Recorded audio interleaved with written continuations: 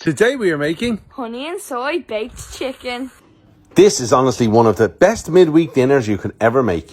Start off with 100ml of honey followed by 100ml of soy sauce. Finally chop some spring onion and green chilli and add to the mix. Finally chop 6 cloves of garlic and add 2 tablespoons of white wine vinegar. Add in a large batch of finely chopped parsley and combine the ingredients. Chop up your favourite cut of chicken and add to the sauce. Season well with salt and white pepper. Take the time to mix everything together really well and add to a Ziploc bag. Once all the air is removed from the bag, place in the fridge for 24 hours. Roast the chicken for 30 minutes in a hot oven and serve alongside rice and broccoli.